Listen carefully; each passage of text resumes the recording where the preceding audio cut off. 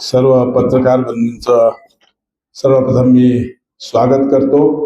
आणि आपल्या सगळ्यांना माहिती आहे की 15 ऑगस्ट हा स्वातंत्र्य दिन देशभरामध्ये अति उत्साहात सगळीकडे साजरा होतो आणि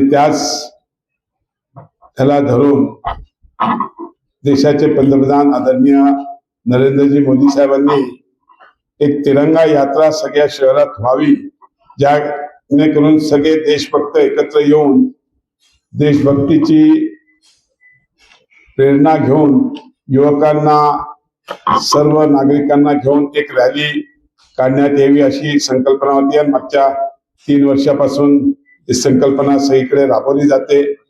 या अगोदर छत्रपती संभाजीनगरमध्ये आम्ही केली। आपल्याला माहिती असेल तर 2 वर्षापूर्वी याची सुरुवात मुंबईमध्ये माननीय देवेंद्रजी फडणवीस साहेबांनी केली। मागच्या वर्षी ती नागपूरमध्ये झाली आणि यावर्षी तर सर्वीकडे काल मुंबईत देवेंद्रजींनी केली, आज पुण्यात केली आणि 14 तारखेला आपल्या छत्रपती संभाजीनगरमध्ये ही तिरंगा रॅली संभाजी पेठ म्हणजे महात्मा ज्योतिबा फुले सावित्रीबाई फुलेंचा जो पुतळा आहे तिकडून ही रॅली निघून गुलमंडीला येईल।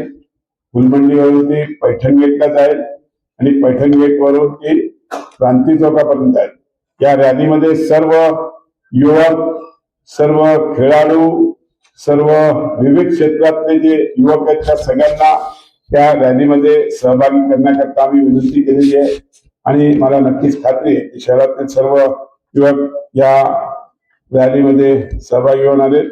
त्याच पद्धतीने अनेक आमचे नेते, जसे की मी सांगितलं राज्याचे मुख्यमंत्री लाडके देवेंद्रजी फडणवीस साहेब, आमचे महाराष्ट्र प्रदेशाचे अध्यक्ष आमदार रवींद्र चव्हाण साहेब आणि मंत्री माननीय गिरीशजी महाजन साहेब, राधाकृष्ण विखे पाटील साहेब, आमचे नगर जिल्ह्याचे विधान परिषदचे सभापती राम शिंदे साहेब, तसंच मंत्री पंकजाताई मुंडे, मंत्री जयकुमारजी रावल साहेब, संजय सावकारेजी, केंद्रीय राज्यमंत्री माननीय रक्षाताई खडसे, राज्यमंत्री मेघनाताई बोर्डीकर, सगळे खासदार, सर्व आमदार, सर्व पार्टीचे जिल्हाध्यक्ष असे सर्वजण या रॅलीमध्ये उपस्थित होणारे। ही तिरंगी रॅली, भव्य अशी रॅली या शहरामध्ये एक देशभक्तीची गीतं आणि देशभक्तीच्या सगळ्या घोषणा देत ही रॅली संभाजी पेठ ते क्रांती चौक जाणार आहे।